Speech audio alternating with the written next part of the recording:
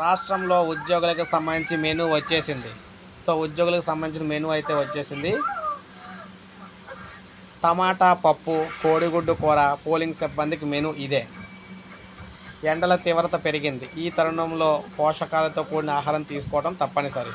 ప్రస్తుతం సార్వత్రిక ఎన్నికల్లో విధులు నిర్వర్తించే ఉద్యోగులు కావచ్చు, సిబ్బందికి కావచ్చు సమతుల ఆహారం అందించాలని ఎన్నికల కమిషన్ ఆదేశించింది. ముందుగా సిబ్బంది ఈ నెల 12న ఎన్నికల సామాగ్రితో వారికి కేటాయించిన పోలింగ్ కేంద్రాలకు చేరుకుంటారు. సాయంత్రం 4 గంటలకు సమోసా, మజ్జిగ, 5 గంటలకు మజ్జిగ లేదా నిమ్మరసం అందిస్తారు. రాత్రి 7 నుంచి 8 గంటల మధ్యలో భోజనం అన్నం, కూర, చపాతీ, టమాటా పప్పు, పెరుగు, చట్నీ అందిస్తారు.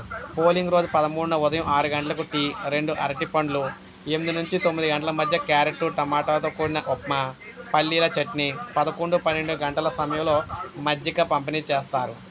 అదేవిధంగా మనం చూసుకున్నట్లయితే ఇక్కడ దీంతో పాటు మధ్యాహ్నం 1 గంటకు కోడిగుడ్డు కూర, ఒక కూరగాయ, చట్నీ, సాంబారు, పెరుగు అందిస్తారు. మధ్యాహ్నం 3 నుంచి 4 గంటల సమయంలో మజ్జిగ లేదా నిమ్మరసం పంపిణీ చేస్తారు. 5:30కి టీ, బిస్కెట్ అందిస్తారు.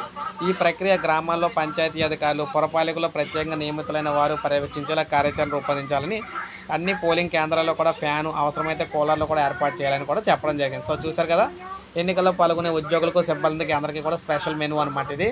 సో మెనూ కంప్లీట్ డీటెయిల్స్ అయితే ప్రతి ఒక్కరు ఒక లైక్ అయితే చేయండి. అదేవిధంగా సబ్స్క్రైబ్ చేసుకోకపోతే మన ఛానల్ సబ్స్క్రైబ్ చేసుకోండి.